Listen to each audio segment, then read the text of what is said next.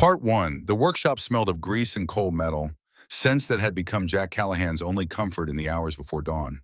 4 in the morning in January, Montana meant darkness thick enough to drown in, and the single fluorescent tube overhead buzzed like something dying. He'd given up on sleep around 2, the nightmares chasing him from the narrow bed in the back room where he pretended to rest. The welding mask sat on the workbench beside an unopened bottle of Jim Beam, 3 years of sobriety staring at 3 fingers of oblivion. His hands trembled as he reached for the mask instead of the glass, muscle memory choosing the safer addiction. The Harley frame in front of him was the 4th he'd started this winter, and the 4th he'd probably never finish. Unfinished projects lined the walls of the shop like headstones in a graveyard of good intentions. A 72 Sportster missing its engine, a fat boy with no front fork, a custom chopper that would never feel wind because the man who'd commissioned it had put a gun in his mouth before Jack could complete the build. That one haunted him most, not because he'd known the guy well, but because he understood the mathematics of despair that led a man to choose silence over sound. Jack pulled the mask down and fired up the torch, blue flame hissing to life. The first touch of heat to metal brought that familiar chemical smell, ozone and burning flux, and for maybe 30 seconds the world narrowed to this single point of light and purpose. Then his hands started shaking worse, and he had to kill the flame before he ruined the weld. The mask came off. His reflection stared back from the darkened window, a ghost of a man at 49 who looked 60. Gray streaked through his beard where it had been solid brown in Syria. Lines carved deep around eyes that had seen too much and slept too little. The photo on the wall caught the fluorescent light, the only decoration in this cave of half-built machines. Lieutenant Michael Hayes grinned out from the frame, arms slung around a younger Jack Callahan who still believed in things like purpose and redemption. Syria 2016. Both of them dusty and alive, unaware that in 3 weeks one would be dead and the other would spend the rest of his life wishing he was. Jack's voice came out raw in the empty shop. "I'm sorry, Mike. I'm still here and you're not. It should have been me." The words hit the concrete floor and died there. No absolution, waiting in the silence. 8 years of the same prayer, and God or the universe or whatever ran this cosmic joke never answered. Jack picked up a rag, wiped grease from his hands that would never come fully clean, and checked his phone out of habit. 3:17 in the morning. Text from Pops Morrison sent at 10 the previous night. Church meeting. 10 a.m. Be there. Jack deleted it without responding. He'd been deleting Pops' messages for 3 months, ever since the old man had started pushing him to get back out there and stop hiding in this shop like a coward. Korean war vets didn't understand that some wounds never healed, that some men were too broken for the glue of brotherhood and purpose to hold together. Pops meant well, but meaning well didn't chase away the nightmares or stop the shaking or fill the hole where Jack's soul used to be. He reached for the bottle instead of the torch this time, fingers wrapping around glass that promised temporary peace. 3 years sober, 1,095 days of white-knuckling through each sunrise. The seal hadn't been broken, but the temptation sat there patient as a sniper, knowing eventually the target would step into the crosshairs. Jack's sponsor, a barrel-chested Nam vet named Carl, had told him the wanting never fully disappeared. It just learned to wait quieter. Carl was probably asleep right now, dreaming regular dreams, his demons domesticated by 40 years of sobriety and grandchildren, and a life that meant something. Jack set the bottle down untouched and walked to the small bathroom in the corner, splashing cold water on his face that did nothing to wash away the exhaustion. The mirror showed a stranger, someone who'd stolen Jack Callahan's face and worn it down to nothing. 6'3" and 240, most of it still muscle from the habits of a soldier who couldn't quite quit training for a war that ended years ago. But the eyes gave it away. Dead eyes, survivor's eyes, the kind of eyes that had watched a better man bleed out in the sand and done nothing but make promises he'd never kept. The water dripped from his beard onto the sink, each drop a small surrender to gravity and time. Jack dried his face and checked his phone again. 3:22, still dark, still alone, still breathing when Michael wasn't. The fundamental injustice that colored every moment of every day since Kandahar province in the autumn of 2016 when the world exploded and rearranged itself into before and after.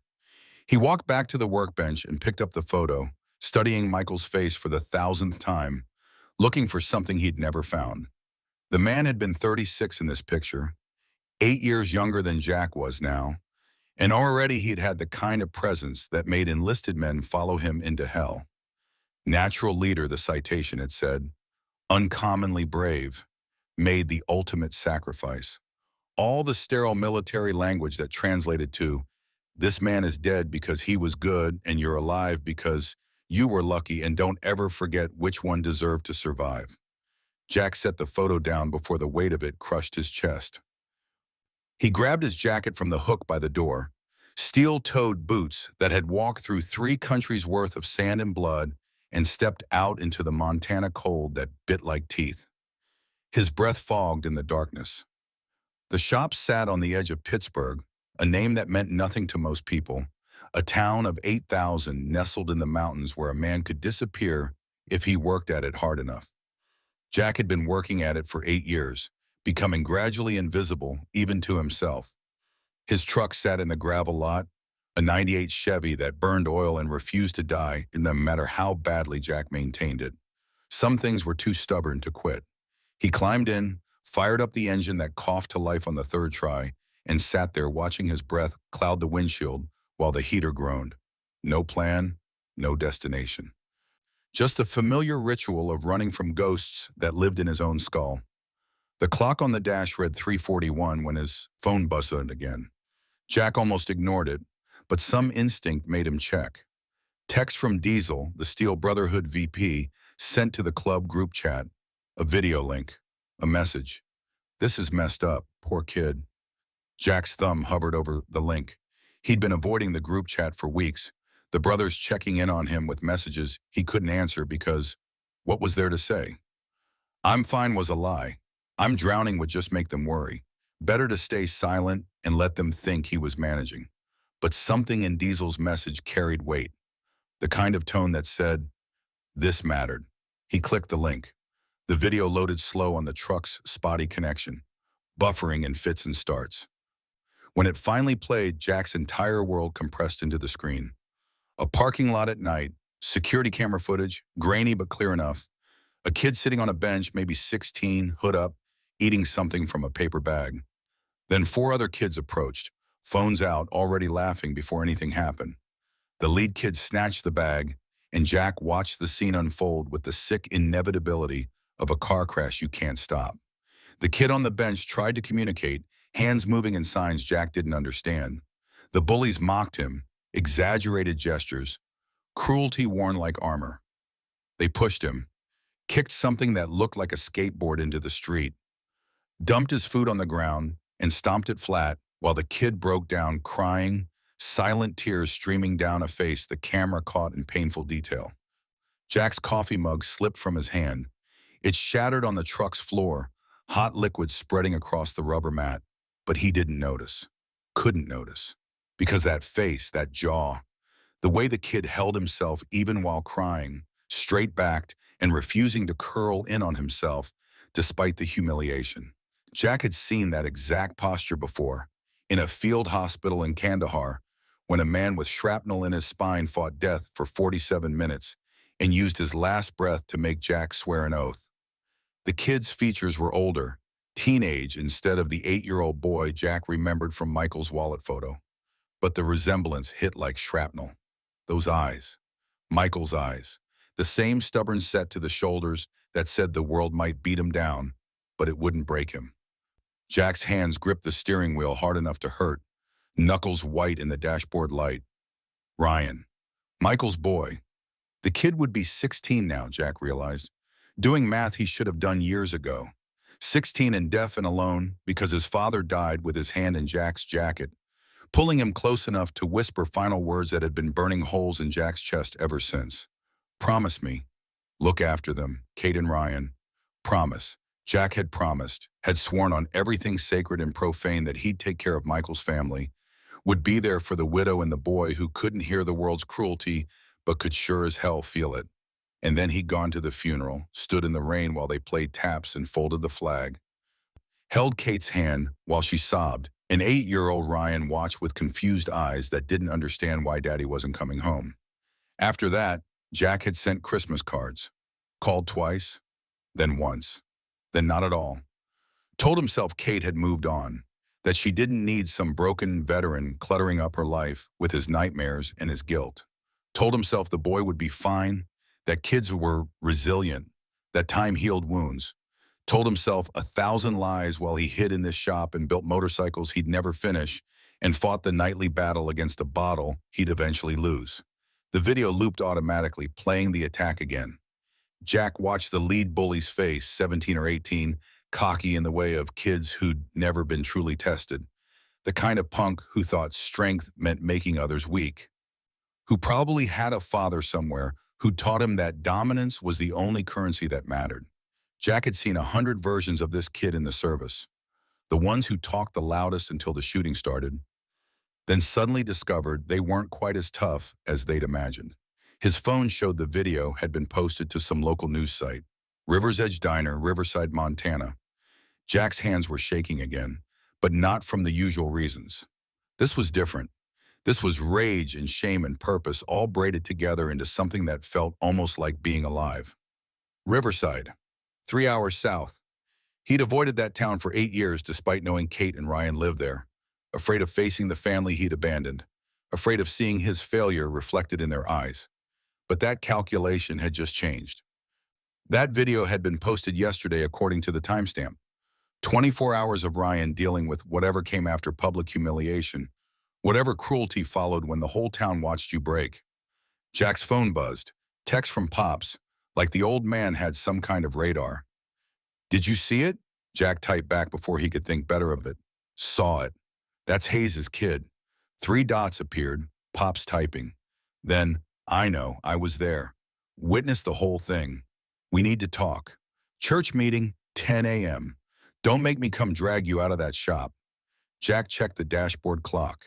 4:13 in the morning. 6 hours until Pops' meeting. He could make it to Riverside in 3 if he left now. But showing up at Kate's door at 7 in the morning, during 8 years of silence, seemed like the kind of play that started wrong and got worse. Better to wait. Talk to Pops. Figure out an approach that didn't involve his guilt and rage leading the charge. He put the truck in gear and drove. Not back to the shop, but out onto Highway 287, heading south even though he'd told himself to wait. The road was empty, just Jack and the darkness and the yellow line unreeling beneath headlights that cut through mountain fog. He drove on autopilot, mind churning through 8 years of failure, and the moment in Syria when everything changed. The IED had been buried in the road, one of hundreds that insurgents planted and the army tried to find and occasionally missed.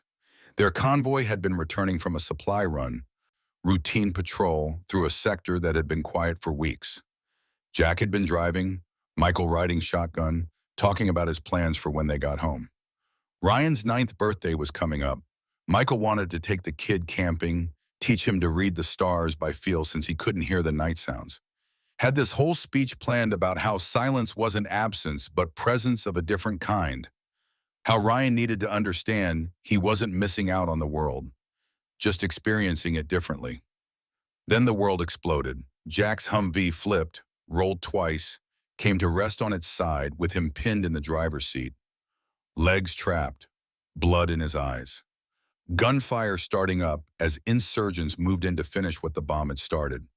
Michael had been thrown clear in the blast, should have run for cover, should have followed training and doctrine, and every instinct that said save yourself first. Instead, he ran back, came through gunfire that tore up the sand around his boots, grabbed the Humvee's frame with both hands, and lifted. Impossible physics, adrenaline and desperation making a man briefly superhuman. The vehicle shifted just enough for Jack to drag himself free, crawling through his own blood and Michael's sweat.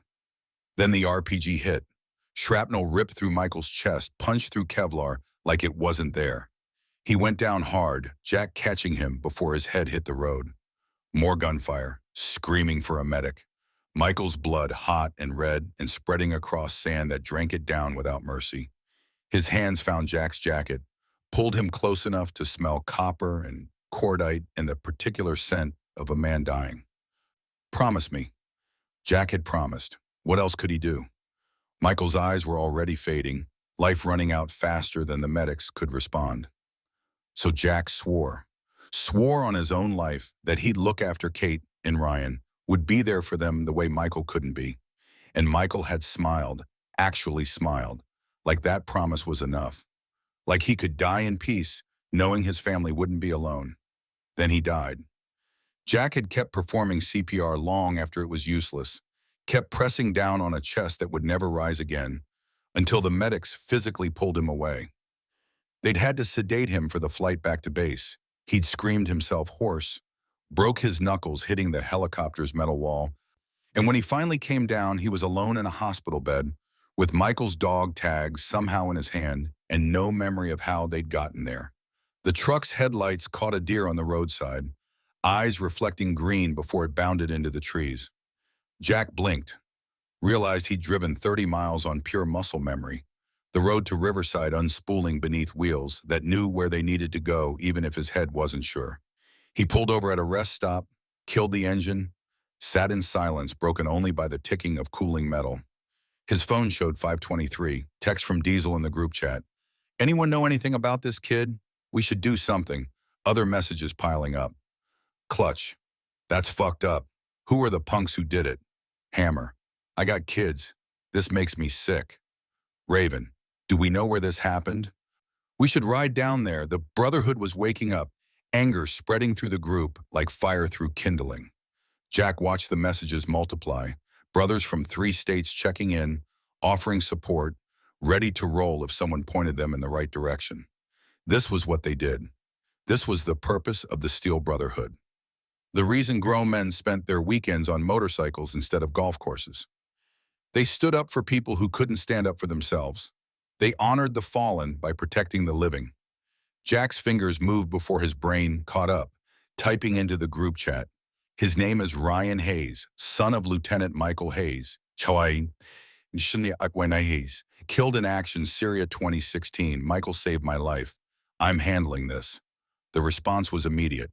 Diesel, you need us? We're there. Just say when. Clutch. For Hayes? Absolutely. Hammer, that kid's got family now. Axel, the club VP, private messaged. Jack, you good? Haven't heard from you in months and suddenly you're back in. What's going on? Jack stared at the question, multiple answers fighting for voice. I'm not good. I've never been good. I abandoned this kid for 8 years and now he's being bullied and it's my fault for not being there. But what came out was simpler. I made a promise. Time to keep it. Axel's response came fast. Whatever you need, we ride for brothers. Michael was a brother. Jack pocketed the phone and restarted the truck, pulling back onto 287 as the first hint of dawn started graying the eastern sky. He'd burned through an hour sitting in that rest stop, circling the same guilt and shame that had paralyzed him for 8 years. But the video had changed something. Seeing Ryan's face, seeing that kid break down in a parking lot while strangers laughed, had cracked through the ice that had been freezing Jack's chest since Syria. Michael's last words echoed. He needs a father figure. The world's hard for him. 8 years late, but Jack was finally ready to hear them. The sun was cresting the mountains by the time Jack pulled into Riverside, a town that had probably been pretty once before time, and economics wore it down. Main Street ran 3 blocks, lined with buildings that needed paint and optimism. River's Edge Diner sat in the middle, exactly where the video had been filmed. Jack parked across the street, killed the engine, and sat studying the place where Ryan's world had fallen apart. The parking lot was empty at 6:45 on a Saturday morning. Just scattered trash in the bench where the kid had been sitting. Jack could see it all playing out again. The approach, the attack, the casual cruelty of kids who didn't know they were destroying someone. His hands gripped the steering wheel hard enough to make old injuries ache, bones that had been broken in Syria and never quite healed right. His phone buzzed. "Pops, where are you?" Jack typed. "Riverside, outside the diner." "Pops, stay there. I'm 10 minutes out." Jack climbed out of the truck, bones creaking from the 3-hour drive and 49 years of mileage. The morning air bit cold, carrying the smell of snow that hadn't fallen yet but would soon. He walked to the bench where Ryan had been sitting, found a dark stain on the concrete that might have been spilled food or blood or just old grime. Didn't matter. This spot was sacred now. marked by suffering the way battlefields were marked by the ghosts of men who'd fallen. A Harley's rumble announced Pops's arrival before the bike came into view, a '79 shovelhead that the old man had been riding since before Jack was born. Sergeant Major Frank Morrison climbed off with the careful movements of a 78-year-old body held together by stubbornness and pride. Bad left leg from Incheon landing in 1950, shrapnel that doctors said would kill him eventually, but hadn't managed yet. He walked with a cane carved from a rifle stock, presentation piece from his retirement ceremony that he'd turned into a functional weapon. "You look like hell, Jack." Jack studied the old man who'd been more father than his actual father ever managed. Pops wore his steel Brotherhood colors despite the cold, leather vest over flannel, dog tags from 3 wars hanging visible against his chest. Korean War, Vietnam, Gulf War. 78 years old and still riding, still showing up, still believing in things like honor and duty when the world had mostly moved on from those concepts. Haven't been sleeping. Pops's eyes, roomy but sharp, took in everything. The trembling hands, the weight loss, the particular exhaustion that came from fighting battles no one else could see. Still having the dreams? Every night, Mike's face, the blood, him asking me to promise. "And you're here now, took you long enough." The words hit harder than a fist. Jack wanted to defend himself, to explain the 8 years of paralysis and fear and shame, but Pops's expression said he already knew. Old soldiers recognize the symptoms of moral injury, the kind of wound that didn't show on x-rays but crippled a man just as effectively as missing limbs. "I saw the video. That's Mike's kid." Pops nodded. "I was here, sitting inside having pie, when it happened. Watched the whole thing through the window. And I went outside after those punks left. Helped the boy up. He was crying, trying not to, but crying anyway. Had his father's eyes, same way Michael looked when he was hurting but didn't want to admit it." Jack's chest tightened. "What did you tell him?" Pops leaned on his cane, weight shifting to the good leg. "Told him I knew his father. Told him what happened wasn't right. Told him I'd make sure it didn't go unanswered. That's when you called me. That's when I realized you needed to be called. You've been hiding in that shop for 8 years, Jack. Building bikes you never finish. Avoiding everything that matters. Mike's boy needed you and you weren't there." The accusation landed clean.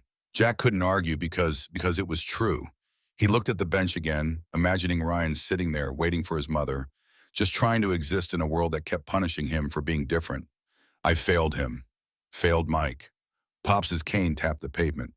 "Past tense is easy. Present tense is harder." "What are you going to do now?" Jack met the old man's eyes. "I don't know. Show up? Apologize for 8 years of nothing? What am I supposed to say? You're supposed to keep your promise. That's what soldiers do. We keep our word even when it's hard. Especially when it's hard." A car pulled into the diner's lot, early morning cook arriving to prep for breakfast service.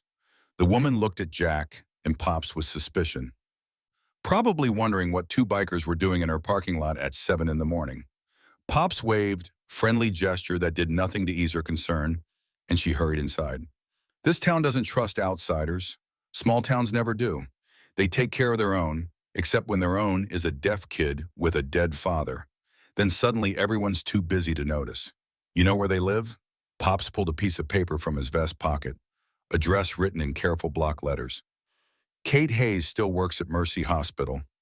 Ryan's in 10th grade at Riverside High. They live on Maple Street, small ranch house, blue trim. Or it used to be blue. Paint's probably peeling by now. You've been keeping tabs. Someone had to. You think I'd make a promise to look after a fallen soldier's family and then forget about it? I've been checking in for 8 years, Jack. Christmas cards, birthday cards for the boy. Kate knows me. She'll remember. And she'll remember I didn't show up." Pops's expression hardened. "Then you better have a damn good reason ready, because that woman has been alone for 8 years, working double shifts to keep a roof over her kid's head, and her son just got humiliated on camera while this town watched and did nothing. She doesn't need your guilt. She needs your help." The words stung because they were right. Jack's shame was his own burden, not something to dump on Kate's doorstep like an offering. He'd made this about himself when it needed to be about Ryan, about keeping a promise that was 8 years overdue. I'll go see her today, but first I need to know about the kids who did this. Pops's jaw tightened. Tyler Brennan, 17 quarterback. His father is Colonel Robert Brennan, retired Army. Jack's head snapped up. Brennan? Same Brennan who served with Mike in Afghanistan? The same. Jack's hands curled into fists. Mike mentioned him, said Brennan was jealous, that he tried to sabotage Mike's career. More than tried, succeeded. Robert Brennan filed a false report claiming Michael had leadership issues, cost him a promotion that would have meant better pay, better benefits for Kate and Ryan. Michael knew but never fought back, said it wasn't worth the energy. And now Brennan's kid is bullying Mike's kid. Pops nodded slowly. Apple doesn't fall far. Robert Brennan taught his son that strength means dominance, that you step on others to climb higher. Tyler's just following the playbook. Jack's vision narrowed, rage and purpose crystallizing into something sharp. Where does Brennan live? Pops's hand caught Jack's arm, gripped surprisingly strong for a man pushing 80. No, that's not how we do this. He hurt Mike's kid. And if you hurt him back, you become the thing we're supposed to be fighting. You dishonor Michael's memory. Jack pulled free, pacing the parking lot like a caged animal. Then what? We do nothing? We do something, but we do it right, with honor, with discipline, the way Mike would want. Mike's dead. I'm not. Exactly. You're alive because he died for you. Don't waste that gift on revenge. Use it to be the man he believed you could be. The words hit like artillery, stopping Jack mid-stride. He stood there breathing hard, rage and grief and 8 years of survivor's guilt of fighting for dominance. Pops was right. Michael hadn't saved Jack's life so he could become a thug. He'd saved it because he believed in something better, something honorable. What do you suggest? Pops limped over to his bike, pulled out his phone, started typing. I suggest we call the Brotherhood. Every rider we can get, and we make a statement. What kind of statement? The kind that shows this town what real men do when someone hurts a child of a fallen soldier. Jack's phone buzzed, group chat lighting up as Pops sent the message to Steel Brotherhood and half a dozen other MC clubs across Montana and Wyoming. The message was simple: ride for respect. Riverside, Montana, next Saturday, for Lieutenant Michael Hayes' son. Spread the word. Responses started pouring in immediately. Diesel, I'm in. How many we need? Clutch. Whatever it takes, for Hayes. Messages from clubs Jack didn't even know Pops had contacted. Patriot Guard riders, Rolling Thunder, Montana, independent vets who rode alone but answered when the cause was right. Within 10 minutes, 20 bikes confirmed. Within 20, by the time Jack's phone stopped buzzing, 47 riders had committed to showing up in Riverside 7 days from now. That's a lot of bikes. Pops pocketed his phone. Michael earned it. His boy deserves to see what his father's sacrifice meant. Deserves to know he's not alone. And if those kids try something, we don't engage. We show dignity. We prove that strength doesn't come from fists or fear. It comes from showing up for people who can't fight alone. Jack looked at the bench again, at the spot where Ryan had broken down while the world watched. 47 motorcycles rolling into this small town, flags flying, brothers standing shoulder to shoulder. Not threatening, not violent, just present, just powerful. The kind of statement you couldn't ignore. I need to see him first, before Saturday. I need to know he's okay. Pops handed Jack the paper with Kate's address. Then go. But Jack, understand something. You're not just checking on a kid. You're making a commitment. If you walk into that house, you're saying you're back in his life. No more hiding, no more excuses. Can you handle that? Jack folded the paper, tucked it in his jacket pocket. I don't know, but I'm going to try. Trying's a start. Keep your phone on. We've got planning to do before Saturday. The old man climbed back on his shovel head, kicked it to life with the practiced motion of someone who'd been doing this since before Jack was born.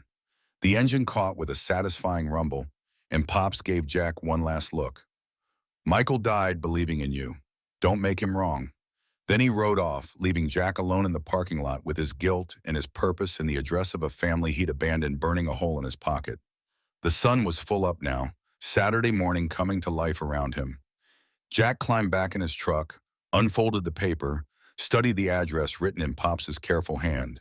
849 Maple Street, 3 miles from where he sat, 8 years from where he should have been. Jack put the truck in gear and drove. Riverside's residential streets told the same story as Main Street. Better days remembered through peeling paint and deferred maintenance. Houses that had been built with pride in the 70s now sagged under the weight of time and tight budgets. Jack found Maple Street easily enough, a dead-end road that backed up to State Forest. The Hayes house sat third from the corner, a small ranch with blue trim that had faded to gray and a lawn that needed mowing despite winter coming. Jack parked across the street, killed the engine, and sat studying the place where Michael's family lived. A rusted sedan in the driveway, 10 years old minimum. Roof missing shingles, front porch with wood that looked soft from rot. This was what 8 years of a nurse's salary bought when you were raising a kid alone in a town with limited opportunities. This was what happened when the Army gave you a flag and a pension that never quite covered what you'd lost. Guilt ate at Jack's chest. He should have been here, should have helped Kate with repairs, should have been the uncle or family friend or something that made Ryan's life easier instead of hiding in Pittsburgh building motorcycles that went nowhere. Michael had asked for one thing, made one dying request, and Jack had failed so completely it hurt to breathe. Movement in the window, someone passing through the living room. Jack's hand reached for the door handle, then stopped. 7:30 on a Saturday morning, showing up unannounced after 8 years of silence. What was he supposed to say? Hi, remember me? Sorry I abandoned you, but I saw a video of your son crying and suddenly remembered I promised to help. His phone buzzed. Text from Carl, his sponsor. You doing okay? Haven't heard from you in a few days. Jack typed back, I'm in Riverside. About to do something I should have done 8 years ago, Carl. That's cryptic. You staying sober? Jack looked at the unopened bottle still sitting in his truck's cup holder. The Jim Beam that had ridden with him for 6 months is a test he passed every day just by not breaking the seal. Yeah, I'm good. Carl, call me if you need to talk, day or night. Jack pocketed the phone and forced himself out of the truck before cowardice could win. His boots hit pavement that cracked from frost heaves, and he walked across the street with the slow inevitability of a man approaching execution. 3 steps up to the porch. Wood creaked under his weight, doorbell that might or might not work. He knocked instead. Footsteps inside, quick and light. The door opened and Kate Hayes stood there in scrubs. Dark circles under eyes that had been bright in the photos Michael carried. She'd aged more than 8 years, the way people aged when life ground them down through poverty and loss. 40 years old but looking 50, hair pulled back in a ponytail, exhaustion worn like a uniform. Her eyes widened. Jack? Ma'am? Kate, I don't know if you remember. She pulled him into the house so fast he stumbled. Get inside before the neighbors see thee. Quick, Jack found himself in a living room that smelled of coffee and laundry detergent. Kate shutting the door and checking the window before turning back to him. What are you doing here? The question carried weight. 8 years of wait. Jack's prepared speech evaporated under the intensity of her stare. I saw the video of Ryan. You came to what? Check on us. 8 years, Jack. 8 years of nothing and now you show up because some video went viral? The words were knives, sharp and accurate. Jack absorbed them, standing still, taking what he deserved. You're right, I should have been here. I made a promise to Mike and I didn't keep it. I was drowning in my own shit and I let you both down. There's no excuse. Kate's anger deflated into something worse. Disappointment. She gestured to the couch, threadbare fabric that had seen better days. Sit. I need to finish getting ready for work. Night shift ends at 8. Day shift starts at 8:30. I've been pulling doubles since rent went up. She disappeared down a hallway, leaving Jack in a room filled with Michael's memory. Photos covered every surface. Michael in uniform, Michael with a baby Ryan, Michael and Kate on their wedding day, both of them young and hopeful and unaware of what the future held. The largest frame held Michael's flag, the one they draped over his coffin, folded into that perfect triangle that meant your family member died serving. Jack's chest constricted. He stood and walked to the flag, placed his hand flat against the glass. This should have been in a house Michael owned, surrounded by the family he'd lived to see grow. Instead, it was the centerpiece of a shrine built by survivors who did their best with what they had. Kate returned wearing different scrubs, pulling her hair into a fresh ponytail. I have 20 minutes before I need to leave. Say what you came to say. Jack turned from the flag.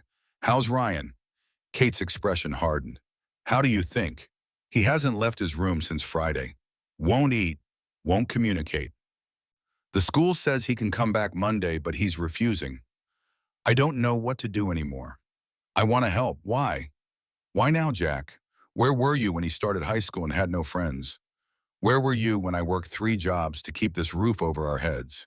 Where were you when he came home crying because kids called him retard and I had to explain that some people were just cruel? The litany of failures stacked up between them.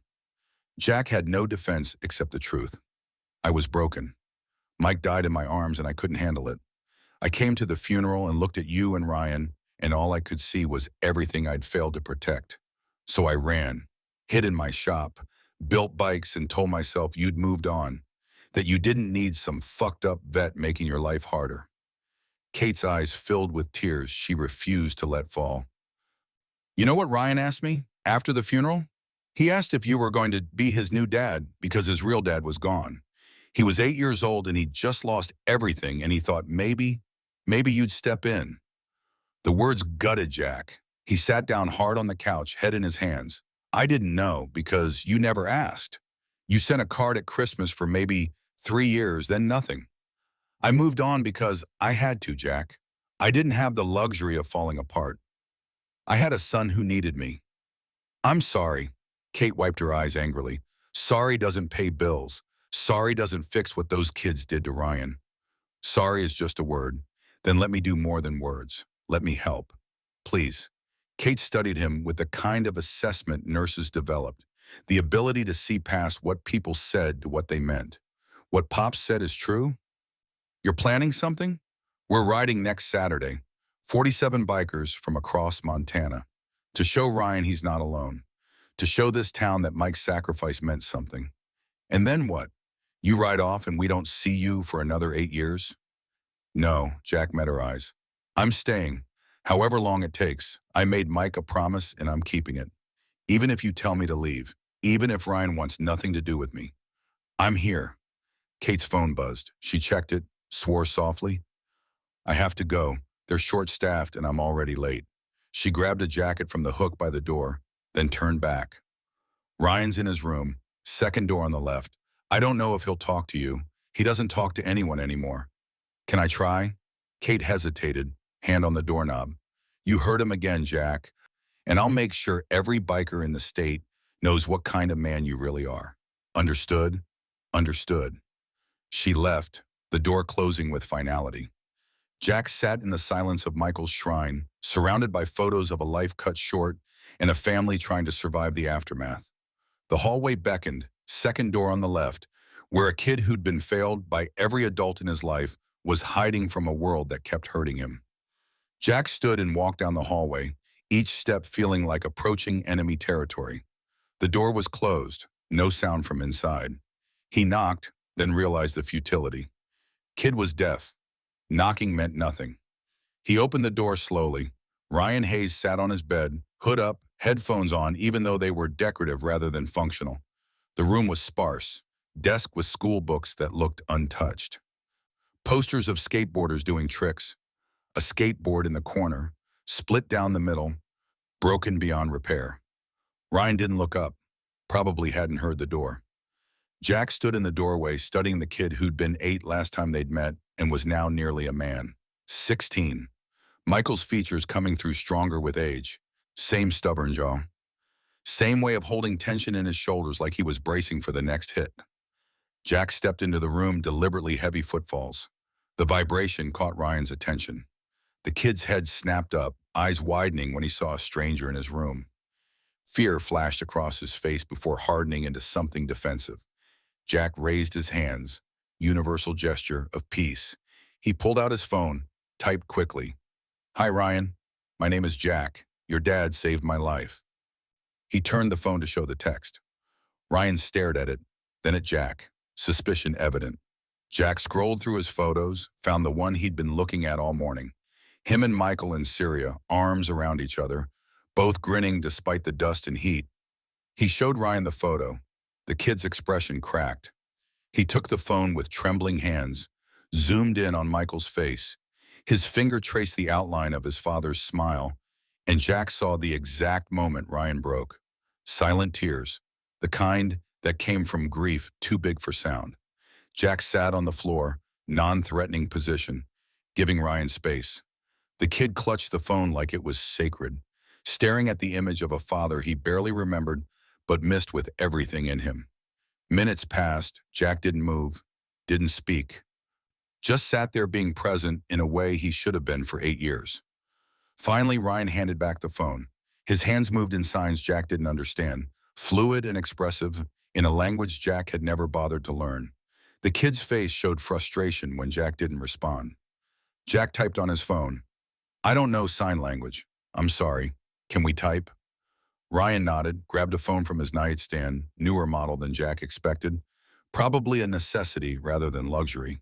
His thumbs flew across the screen. "Who are you?" Jack typed back. "Jack Callahan. I served with your father in Syria. He died saving my life." Ryan's next message came fast. "Why are you here?" "Because your dad made me promise to look after you. I didn't keep that promise. I'm sorry, but I'm here now." Ryan stared at the message for a long time. Then, "Why didn't you come before?" Jack's thumbs hovered over the keyboard. He could lie, could soften it, but this kid deserved truth. "Because I was a coward. Your dad died and I couldn't handle it. So I hid. I told myself you didn't need me. But I saw what happened to you Friday night and I realized I've been lying to myself. You needed me. Your dad asked me to be there and I wasn't. I'm sorry." Ryan read it 3 times. His response was 2 words: "Prove it." Jack looked up from his phone. "How?" Ryan typed, "Don't leave again. Everyone leaves." The simplicity of it broke something in Jack's chest. This kid had learned that people disappeared, that promises were just words, that the world took and took and took without giving back. His father, taken by war. His extended family, apparently absent. Friends, clearly non-existent based on that video. And now here was Jack, another adult making claims and promises. Jack typed, "I won't leave. I promise. I know promises don't mean much right now, but I'm going to keep this one." Ryan's response, "People always say that." Jack set his phone down, pulled Michael's dog tags from inside his shirt, the ones he'd carried for 8 years like a penance. He'd planned to give them to Ryan eventually, some big ceremonial moment. But sitting on this kid's floor, seeing the exhaustion and hurt and desperate need to believe, Jack realized the moment was now. He held out the tags. Ryan's eyes went wide. He looked at the tags, at Jack, back at the tags. His hands shook as he reached out, took them gently like they might shatter. He read the inscription: Hayes Michael J., LT, 03, U.S. Army. Jack typed, "I've carried these since he died, couldn't let them go. But they're yours, they always should have been." Ryan clutched the tags to his chest, and this time when he cried, the sound came through, broken sobs from a kid who'd been holding it together through sheer force of will. Jack wanted to hug him, to offer comfort, but he didn't know if touch was welcome. So he just sat there, witness to grief he'd helped create through absence. When Ryan finally composed himself, he typed, "What happens now?" Jack pulled up the group chat, showed Ryan the messages from 47 bikers confirming they'd ride for him, scrolled through responses from men who'd never met Michael, but understood what it meant when a soldier died and left family behind. Showed him Pops' message about the ride next Saturday. Ryan read it all, disbelief clear on his face, then, "Why would they do this for me?" Jack typed, "Because your dad was a soldier. Because you're his son. Because that's what we do. We take care of our own. But I'm not military. You're the son of a hero. That makes you family." Ryan's thumbs moved across his screen, stopped, started again. Finally, "The kids who did this, Tyler Brennan and his friends, are you going to hurt them?" Jack paused. The honest answer was yes, he wanted to. Wanted to make them feel a fraction of what Ryan felt. But Pops's words echoed, "Don't waste Michael's sacrifice on revenge. No, we're not going to hurt anyone. We're going to show them what real strength looks like. Strength isn't making others weak. It's standing up for people who can't fight alone." Ryan studied the message, then typed, "My dad used to say something like that. He said heroes protect people, they don't hurt them. Your dad was right." A long pause, then Ryan typed, "Can I ask you something? Anything. What was he like? My dad? I don't remember much. I was only 8 when he died." Jack's chest tightened. He picked up his phone, started typing, stopped. "How did you summarize a man's life in text messages to his son?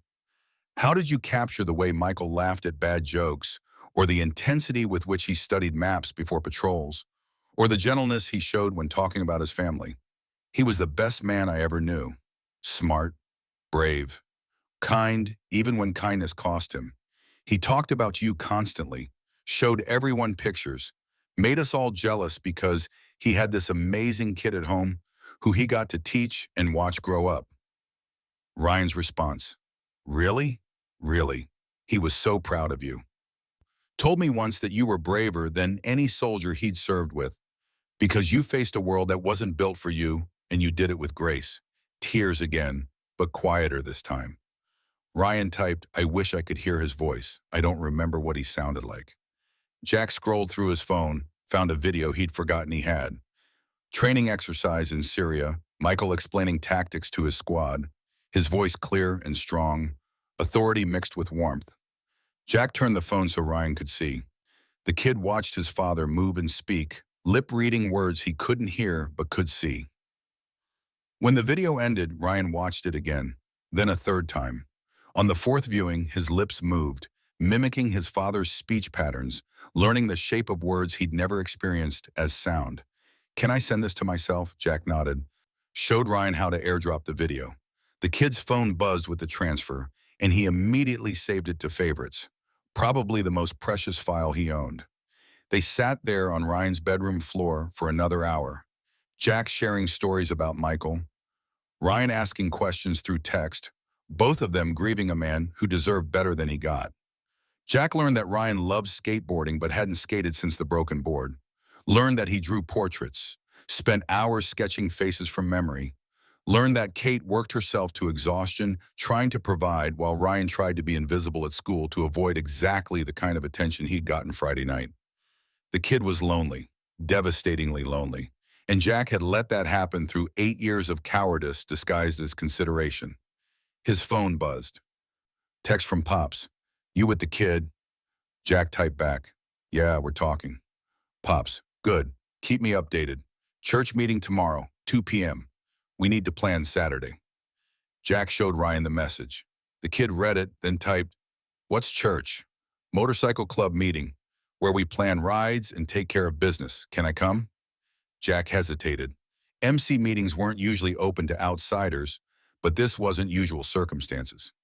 He texted Pops, "Kid wants to come to church tomorrow. That cool?" Pops's response was immediate.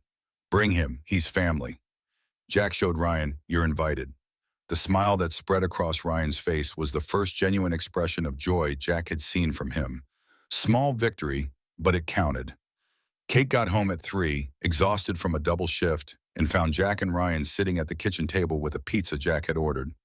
The confusion on her face was palpable. "What's going on?"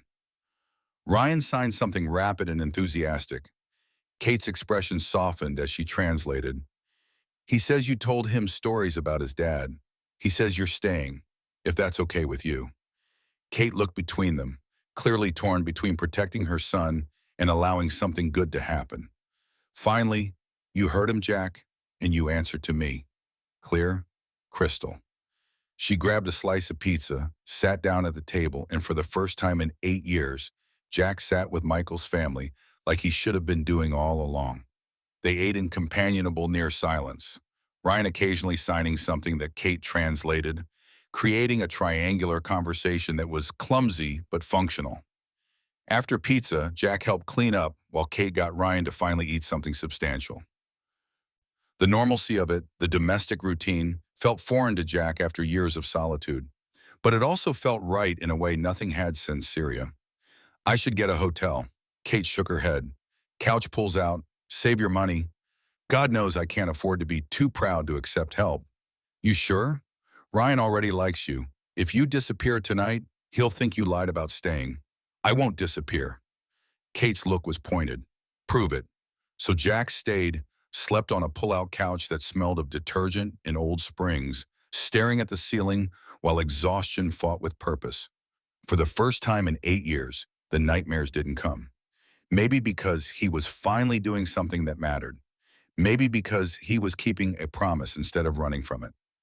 Or maybe Michael's ghost had finally stopped haunting him because Jack had finally started doing right by the living. Sunday morning brought church at 2, which meant Jack had time to help Kate with house repairs. He spent the morning replacing rotted porch boards, fixing a leaky faucet, basic maintenance that should have been done years ago. Ryan watched from the window, occasionally coming out to hand tools, their communication still clumsy but improving. Kate made lunch while Jack showered off the work grime, and they ate sandwiches at the table like this was normal, like Jack hadn't been absent for nearly a decade. She asked about the ride planned for Saturday, and Jack explained as much as he knew. 47 bikers, maybe more by the time word spread, a peaceful demonstration of support. No violence, no threats, just presence. And then what? Then I stay. Help out. Be the person Mike asked me to be. Kate's skepticism was evident but softening. We'll see. You've made promises before. Fair enough. I'll earn your trust back. At 1:30, Jack and Ryan loaded into the truck for the drive to Pittsburgh, where Steel Brotherhood held church in the back room of a bar called Murphy's Tavern. Ryan was nervous, fidgeting with his phone, typing questions Jack answered while driving. What if they don't like me? They'll like you. Your dad was one of us. That makes you family. But I can't hear. What if they think They'll think you're brave, because you are. The tavern parking lot was already filling with bikes when they arrived. Harleys and Indians and custom builds that represented months of work. Jack recognized most of them. Diesel's Fat Boy, Clutch's Sportster, Hammer's adapted trike that compensated for his missing leg. Brothers he hadn't seen in months all gathered because Pops had called and the cause was right. Diesel spotted Jack first, a mountain of a man with a gray beard and arms like trees. Callahan, about damn time you showed your face. They clasped hands, forearm to forearm, the grip that meant brotherhood. Diesel looked past Jack to Ryan, standing nervous by the truck. This the kid? Jack nodded. Ryan Hayes, Mike's son. Diesel walked over, moved slow and deliberate so as not to spook the kid.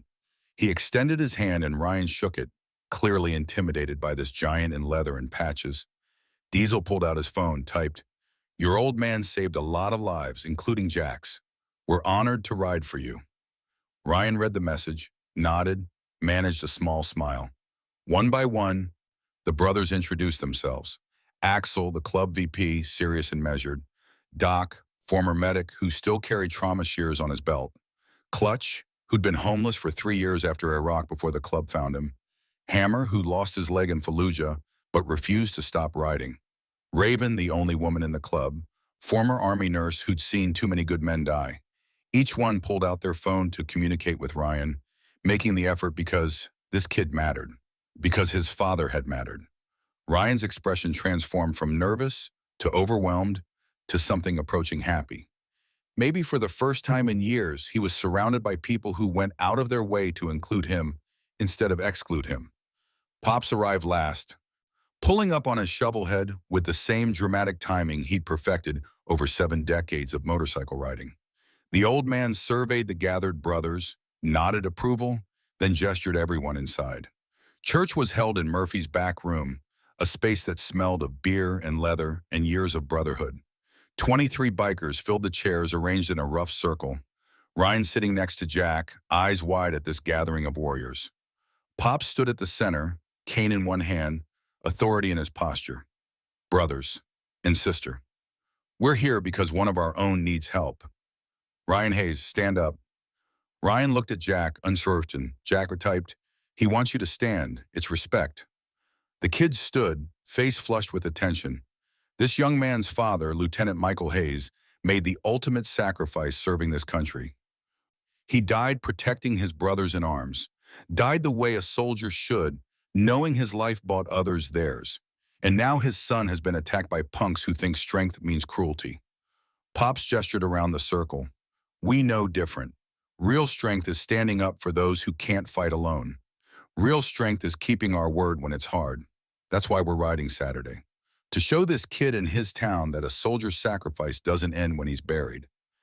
It continues through us. The brothers nodded, somber agreement. Pops continued. We ride at 0900, formation from here to Riverside, 40 miles. We gather at River's Edge Diner, the site of the attack. We present colors. We stand in silence. We make our statement through presence, not violence. Any questions? Diesel raised his hand. Rules of engagement. If those kids start something, we don't engage.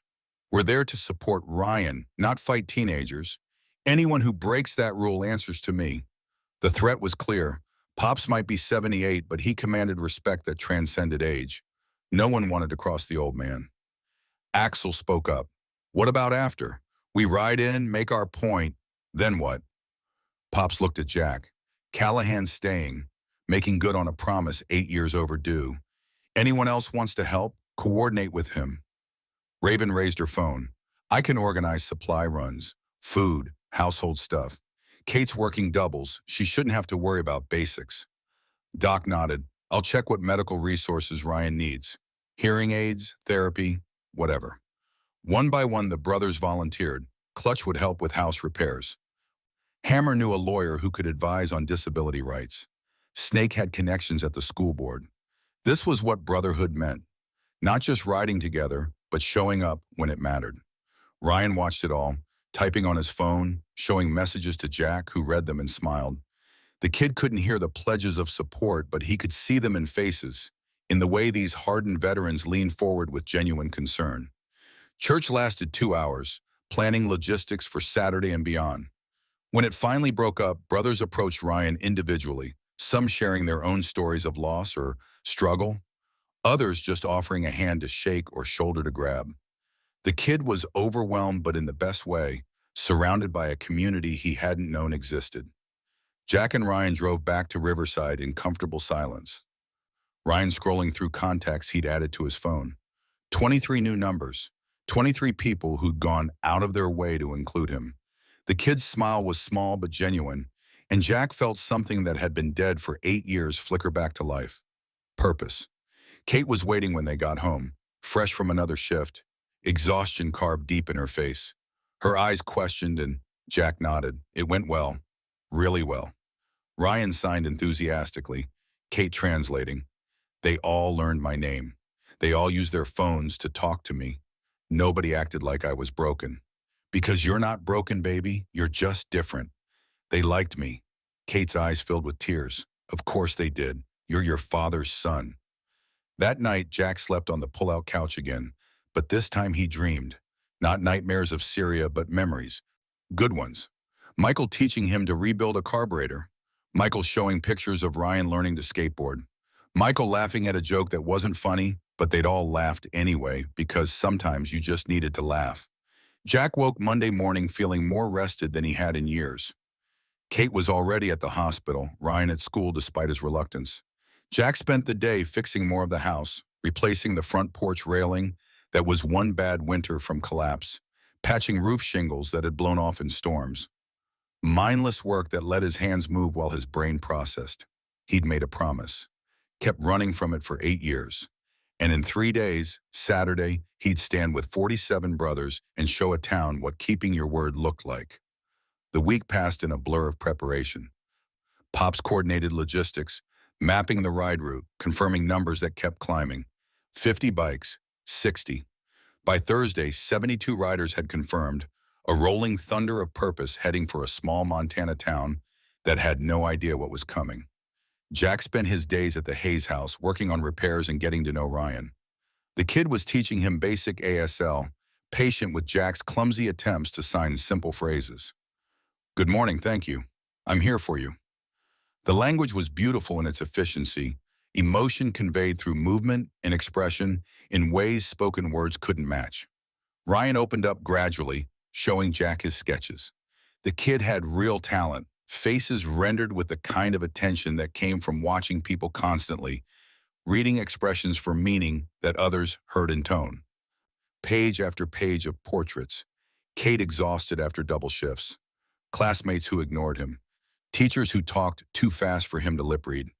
And dozens of drawings of Michael, each one slightly different, Ryan trying to hold on to a face that was fading from memory. Friday night, Kate made dinner while Jack and Ryan set the table. The domesticity of it still felt foreign, but less so every day. They ate together, communicated through a mix of sign, typing, and Kate translating. After dinner, Ryan went to his room and returned with something wrapped in newspaper. He handed it to Jack. Inside was a drawing. Jack and Michael from that Syria photo, rendered in pencil with incredible detail. Every line of their faces, every fold of their uniforms, the way they stood together like brothers.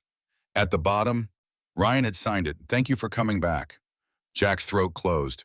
He looked at Ryan, this kid who'd been failed by so many adults but still had the capacity to trust, to hope, to create something beautiful out of grief. "Tomorrow we ride for you." Ryan signing something, Kate translating. "I know. I'm scared, but I'm ready. Nothing to be scared of. We're family." Ryan's smile was tentative but real. Family. That night, Jack didn't sleep much. Not from nightmares, but from anticipation. Tomorrow, 72 motorcycles would roll into Riverside, Montana. Tomorrow, Jack would stand in the parking lot where Ryan had been broken down and prove that promises kept mattered more than promises broken. Tomorrow, he'd start making things right. And somewhere, maybe Michael's ghost would finally rest easy. Saturday morning arrived with the kind of cold that made breath visible and bones ache. Jack woke on the pull-out couch at 4:30, body refusing sleep despite exhaustion that ran marrow deep. The house was silent around him, Kate already gone for her early shift, Ryan still sleeping down the hall. Jack dressed in the darkness, pulling on jeans and the steel Brotherhood vest he hadn't worn in months. Leather stiff from disuse, but the patches still proud. Michael's dog tags, no, Ryan's now, hung around the kid's neck in the next room, transferred ownership that felt right in ways Jack couldn't articulate. He made coffee in Kate's small kitchen, the machine gurgling and hissing, while Dawn stayed stubbornly absent outside the window. 72 motorcycles would converge on Riverside in 5 hours. 72 warriors rolling in to make a statement about honor and promises and what happened when you hurt a soldier's family. Jack's hands shook as he poured the coffee, not from fear, but from the weight of what this day meant. His phone buzzed. Text from Pops. "Riders staging at Murphy's at 0700. You bringing the kid?" Jack typed back. "Yeah, we'll be there." "Good. This is his day. Make sure he knows that." Jack sipped coffee that burned going down, stared at the living room where Michael's flag hung in its triangle frame. 8 years he'd avoided this house, this family, this responsibility. And now here he sat in the pre-dawn darkness, about to lead 72 bikers in a demonstration of something he'd failed at for nearly a decade. The irony wasn't lost on him. Footsteps in the hallway. Ryan emerged in sweatpants and a hoodie, rubbing sleep from eyes that were Michael's down to the flecks of gold in the brown. The kid moved to the kitchen, grabbed a glass of water, noticed Jack sitting there. His hands moved in signs Jack had learned this week. "You okay?" Jack signed back, clumsy but functional. Nervous. Ryan's expression showed surprise that Jack had answered in ASL. The kid pulled out his phone, typed, "Why nervous? You're not the one everyone will stare at. Because this matters. If we mess this up, we make things worse for you." Ryan sat at the table, phone between them. "You won't mess up. Pop said you're good at this. Pop says a lot of things." The kid smiled, small expression that transformed his face from guarded to almost happy. "He's old, but he's smart." Jack laughed despite the tension coiling in his chest. "That he is." They sat in comfortable silence while the sky outside slowly lightened from black to gray. Jack remembered mornings like this in Syria, the quiet before operations when men gathered their courage and checked their gear and tried not to think about what might go wrong. Different context, but the same fundamental truth. Sometimes you had to walk into fear because The alternative was living with cowardice. What happens after today? Ryan's question hung between them. Jack considered lying, offering easy reassurance that everything would be perfect once 72 bikes rolled through town. But this kid had been lied to enough through omission and absence. I don't know. We make our statement, show the town you're not alone. After that, we figure it out day by day. Will you still be here? Next week? Next month? Jack met the kid's eyes. I'm not leaving. I promised that, and I meant it. Ryan studied him with the kind of assessment that came from a lifetime of people breaking promises. Finally, he nodded. Okay, they ate breakfast in silence, cereal and toast that neither really tasted. At 6:30, Kate called from the hospital to wish them luck. Her voice tight with worry. Jack pretended not to hear. At 6:45, Jack and Ryan loaded into the truck and headed for Pittsburgh. The road empty except for early shift workers and the ghosts of 8 years' worth of excuses. Murphy's Tavern parking lot was already packed when they arrived at 7, motorcycles lined up in precise rows like soldiers at formation. Jack counted bikes as he parked. 74. 2 more than yesterday's count. Brotherhood expanding overnight as word spread. Men moved between the machines, checking oil levels and tire pressure, and the thousand small details that kept iron horses running. Pop stood at the center of organized chaos, clipboard in hand, orchestrating logistics with the precision of someone who'd planned military operations before most of these riders were born. The old man spotted Jack and Ryan, waved them over. Diesel's leading the main column. Axel's got the flag detail. You and the kid ride with me at the front. Jack shook his head. This isn't about me. Ryan should be visible, not me. Pop's expression hardened. The kid rides between us, protected. He's the reason we're here, but he's not a prop to parade around. Understood? Understood. Ryan had been reading lips, caught the gist of the conversation. His hands moved. Where do I ride? Jack signed back. With Pops and me. We protect you. The kid's face showed something between relief and anxiety. He'd never been on a motorcycle before, had admitted that last night when Jack asked. The broken skateboard in his room represented the closest he'd come to feeling wind and speed and freedom. Today would change that. Raven approached, the sole woman in the Steel Brotherhood, her presence commanding despite being 5'4" and maybe 130 soaking wet. Former Army nurse, she'd seen combat in ways that didn't involve rifles but were no less traumatic. She carried a spare helmet, smaller size, and handed it to Ryan with a smile that said she understood being the outsider in a group of alpha males. She typed on her phone. This was my nephew's. He outgrew it. Yours now if you want it. Ryan took the helmet like it was made of gold. Thank you. We take care of family. Your family. Riders continued arriving, the parking lot filling with the rumble of engines and the smell of exhaust and motor oil. Jack recognized faces from clubs he'd barely heard of. Warriors Watch from Wyoming, Patriot Guard riders from 3 Montana chapters, Rolling Thunder veterans who'd ridden together since Vietnam, old men and middle-aged men and a few younger vets from Iraq and Afghanistan, all of them here because a soldier had died and his son needed defending. Diesel climbed onto a picnic table, raised his voice over the engine noise. Listen up, we roll in 10. Formation's tight, no showboating, no aggressive revving. We're making a statement about dignity, not intimidation. Anyone breaks formation or starts shit answers to Pops. The assembled riders nodded. These were disciplined men. Warriors who understood the difference between strength and brutality. They'd come to support, not terrorize, though Jack suspected the town wouldn't immediately recognize the distinction when 74 Harleys rolled down Main Street. Pops pulled Jack aside while Ryan was getting fitted for riding gear. You ready for this? Jack considered the question. No, but I'm doing it anyway. Good answer. The old man's eyes held weight. You know this might not go smooth. Town's scared. Rumors have been flying all week about bikers coming to start trouble. We're not starting anything. I know that, you know that, but scared people make bad decisions. Be ready. Jack's jaw tightened. If anyone tries something, you stay calm. That's an order. You're here for the kid, not your ego. The rebuke landed clean. Jack nodded, swallowed his pride and his rage, and the part of him that wanted to make Tyler Brennan and every other person who had hurt Ryan suffer.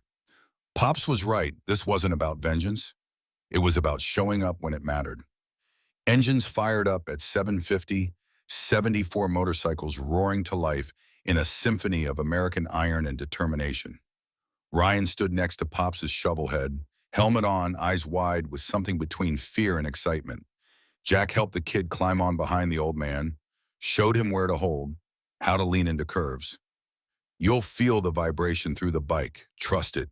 Let your body move with the machine. Ryan nodded, knuckles white on Pops's vest. The old man looked back, gave the kid a thumbs up, then turned to Jack mounted on his own Harley beside them. Let's ride.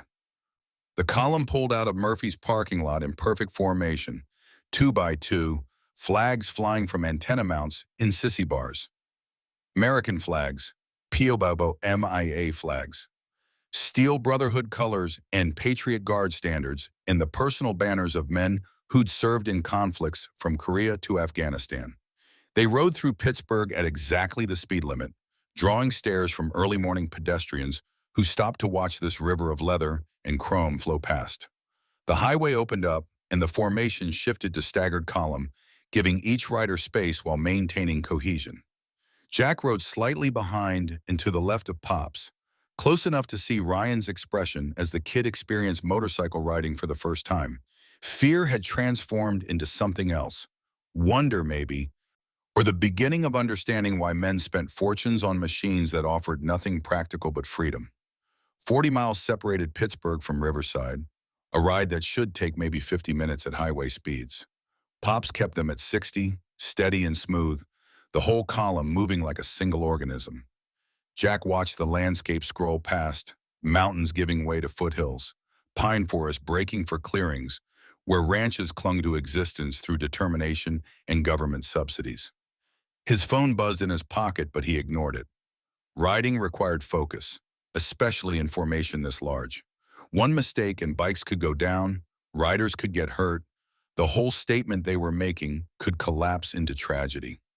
Jack kept his eyes moving. Road ahead. Ryan beside him, mirrors checking the column behind, the same situational awareness that had kept him alive in Syria now, keeping 74 civilians safe on a Montana highway. They passed a gas station and Jack's gut clenched. A Jeep sat at the pumps, and even from the highway he recognized the driver.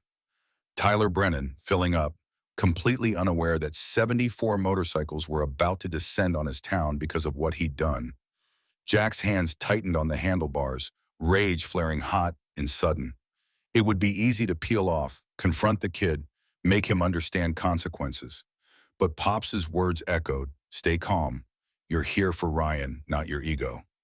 Jack kept his eyes forward and let the formation carry him past temptation. The miles disappeared beneath wheels and throttle. Towns blurred by. Gardener, immigrant, prey, small clusters of civilizations separated by vast stretches of nothing. Montana in winter, beautiful and harsh and unforgiving to the unprepared. The column drew attention everywhere it passed, people stopping to stare at this unlikely parade of motorcycles heading south with purpose. Jack's phone buzzed again, then again. At the next red light, he risked checking. Messages from Kate. "Please be safe. Please don't let Ryan get hurt. Please come back." He typed one-handed. "We're safe, almost there." The light changed and the column rolled forward. Riverside now only 10 miles distant. Jack could feel tension building in his shoulders, anticipation mixing with dread. In minutes, they'd arrive at River's Edge Diner, the site where Ryan had been humiliated. In minutes, this small town would see what happened when you hurt a soldier's family. Pops raised his left hand, signal passing down the column. "Slow down, tighten up." The formation compressed, bikes moving closer together, speed dropping to 45, then 40. They were in Riverside city limits now, a weathered sign announcing population 5,047 and Rotary Club meetings every Tuesday. Main Street appeared ahead, and Jack's breath caught. The entire town had turned out.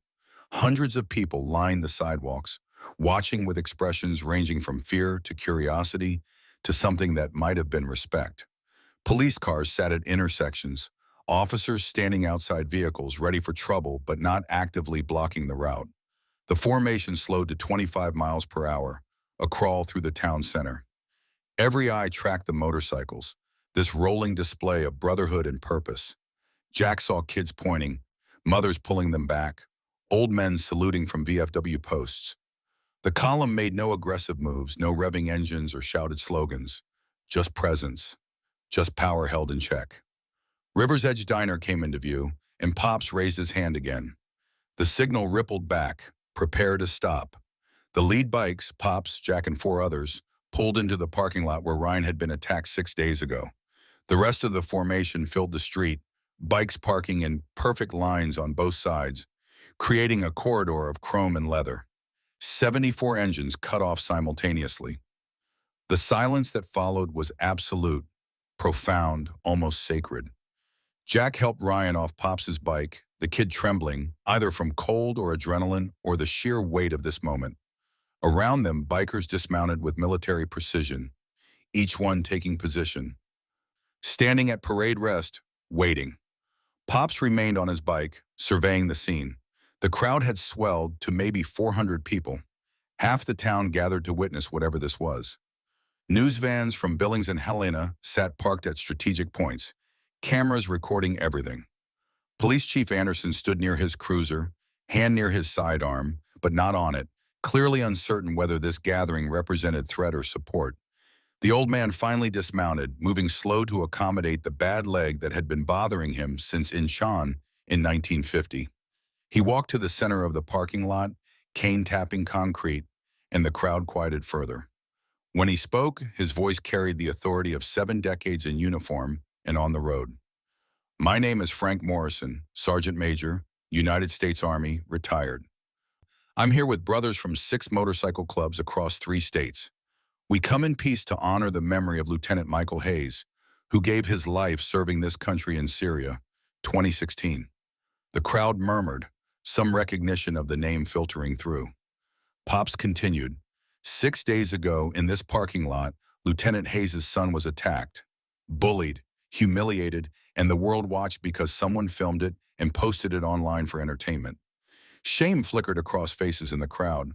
People looked away, looked down, looked anywhere but at Pops or Ryan or the 74 bikers standing in silent judgment. We're not here for revenge. We're here to show this young man that his father's sacrifice meant something, that soldiers take care of their own, and the son of a fallen soldier is our own. Pops gestured to Ryan. This is Ryan Hayes, 16 years old, lost his father when he was 8, deaf since birth. Been fighting battles you can't see or hear every day of his life. And last Friday, some of your children decided his struggle was funny. The words hit like artillery. Jack watched faces in the crowd crumple with guilt or harden with defensiveness. Somewhere in that mass of humanity stood Tyler Brennan and his friends, the kids who'd caused this, though Jack couldn't spot them from here. Pops pulled a folded flag from his vest, the same kind they draped over Michael's coffin 8 years ago. He walked to Ryan, moving slow and deliberate, every step weighted with ceremony. The kid stood frozen, eyes wide, as this 78-year-old Korean War veteran knelt on one knee in front of him. The old man held out the flag. Your father earned this. You've earned the right to hold your head high in this town or any other. Don't let anyone make you feel less. Ryan took the flag with shaking hands, clutched it to his chest. Silent tears tracked down his face, visible to the cameras and the crowd and the 74 bikers who'd ridden 40 miles to stand witness to this moment. Then Pops stood, turned to the assembled riders. Present colors, 74 right fists raised in unison, held at shoulder height, absolutely still.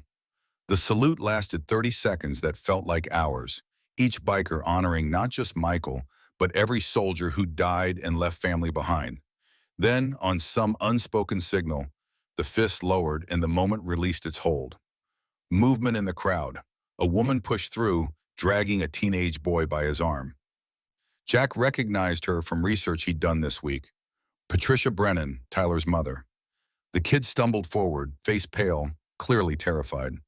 Behind them came a man in army dress uniform, silver oak leaves on his shoulders, ribbons earned in conflicts Jack could guess at. Colonel Robert Brennan, retired, Tyler's father, the man who'd sabotaged Michael's career out of jealousy and insecurity. Patricia stopped in front of Ryan, her face streaked with tears. I'm sorry. We're so sorry. Tyler stood mute, staring at the ground. His father placed a hand on his shoulder, voice carrying military command, even softened by shame. Look at him. Tyler's eyes lifted to Ryan's face. The two teenagers regarded each other across 6 feet of parking lot and years of different struggles. Tyler's mouth worked, trying to form words. Finally managing, I'm sorry I deleted the video. I told everyone who shared it to take it down. Jack's hands clenched into fists. Words were easy. Actions mattered. He started forward, but Pops's cane blocked his path, the old man's expression warning him to stand down. Ryan's hands moved in signs, Kate appearing from somewhere in the crowd to translate. He says, sorry doesn't fix what you broke, but he's willing to let you try to make it right. Tyler nodded, clearly relieved to not be getting the beating he probably expected. How? Ryan signed again. Kate's voice. Start by treating people like people, not targets. The kid nodded, backed away with his parents, and Jack watched them disappear into the crowd. Rage still simmered in his chest, the desire to make Tyler hurt the way Ryan had hurt. But he swallowed it down because Pops was right. Violence here would dishonor everything they were trying to build. George Carter emerged from the diner, the owner who'd watched through the window 6 days ago and done nothing. He approached Ryan with the slow walk of someone carrying heavy guilt. I saw what happened last Friday. I should have stopped it. I didn't. That's on me. Ryan watched him, expression neutral. George continued, I want to make it right. Starting today, this diner is sponsoring ASL classes every Thursday night, free to anyone who wants to learn. And you, he pointed at Ryan, you eat here free, for life. Consider it an apology I'd deserve to give. The crowd erupted in applause, some genuine support, some relief that the tension was breaking into something constructive. More business owners stepped forward with pledges. Hardware store offering supplies for home repairs. Bookstore starting a fund for deaf education. Grocery store offering Kate employee discounts. Jack watched the transformation happen in real time. Guilt and shame alchemizing into action. This was what Pops had meant about making statements through presence. Violence would have given the town an enemy to unite against. But this, 74 bikers standing silent witness, while a community reckoned with its failures, this created space for change. Principal Sandra Miller from Riverside High pushed through the crowd, introduced herself to Ryan through typing on her phone. I should have done more when your mom complained. I'm implementing zero-tolerance bullying policy Monday. An ASL will be offered as a language credit starting next semester. Ryan's expression shifted from guarded to cautiously optimistic. Around him, a town that had ignored him for years suddenly scrambled to include him, to make amends, to prove they were better than their worst moment. Jack knew some of it was performative, people acting good because cameras watched. But some of it felt genuine, adults recognizing they'd failed a child and trying to do better. The gathering lasted another hour, townspeople approaching Ryan to apologize or offer support, bikers standing patient guard while the kid processed more attention than he'd probably received in his entire life. Kate appeared at some point, finished with her shift, and stood with her arm around her son while he navigated this strange new reality where people cared. Jack stood back, watching, feeling something in his chest loosen. Michael would have loved this, would have been proud of Ryan's composure, Kate's strength, the community stepping up even if 8 years too late. And maybe possibly Michael would have forgiven Jack for taking so long to keep his promise. Pops approached, leaning heavy on his cane. You did good, Callahan. I didn't do anything. This was all you. The old man smiled. You showed up. That's all Mike asked. That's all that mattered. They stood together watching Ryan accept handshakes and hugs from strangers becoming neighbors. The kid looked overwhelmed but not unhappy, experiencing maybe the first public moment of his life where being different wasn't punishment, but just another characteristic in the tapestry of human experience. Jack's phone buzzed. Text from Axel, we staying in town or riding back? He showed the message to Pops. What do you think? The old man studied the scene. Most of the brothers have 3-hour rides home. Let them go. You're staying anyway, right? Yeah, I'm staying. Then tell them thanks and let them ride. We made our point. Jack typed in the group chat. Mission accomplished, Ruthers. Ride safe. I'm staying to help the family. Anyone who wants to stick around, coordinate with me. Responses flooded in. Diesel, Clutch, Hammer, Raven all confirming they'd stay through the weekend to help with house repairs and whatever else Kate needed. The rest began mounting bikes, preparing for the ride home. Engines fired up in sequence. 70 motorcycles ready to roll. Pops raised his hand one final time. Riders, attention. The formation snapped to focus. Every eye on the old man who'd organized this gathering. Thank you for riding today. Thank you for proving that brotherhood means something. Ride safe. Ride proud. 70 voices. Ride proud. Then they rolled out, two by two, the column reforming for the journey back to Pittsburgh and Billings and Sheridan and all the other places these warriors called home. Jack watched them go, his own Harley staying parked because his home was here now, at least for as long as Ryan needed him. Kate approached as the last bikes disappeared around the corner. Thank you. I don't know what else to say.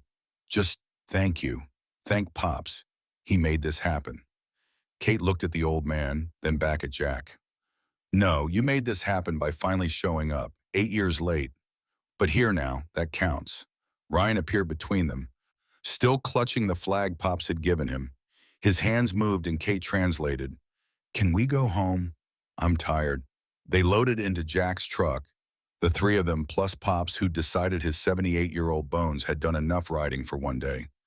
The drive back to Maple Street was quiet, everyone processing what had just happened. 74 motorcycles had rolled into a small Montana town, and instead of violence or intimidation, they'd created space for healing. At the house, Kate made sandwiches while Ryan retreated to his room to decompress. Pops sat at the kitchen table with Jack, both of them drinking coffee and letting the adrenaline slowly drain. You know this isn't over, right? The old man's voice was gentle but firm. I know. Town showed up today because they were scared or guilty or both. Real change takes longer. Takes consistency. I'm not leaving. Good, because that kid's going to need you next week when the cameras are gone and the guilt has worn off and he's still deaf in a world that doesn't accommodate. Jack nodded, understanding the weight of the commitment he'd made.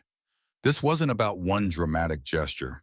It was about showing up day after day, week after week, being the constant presence Ryan deserved.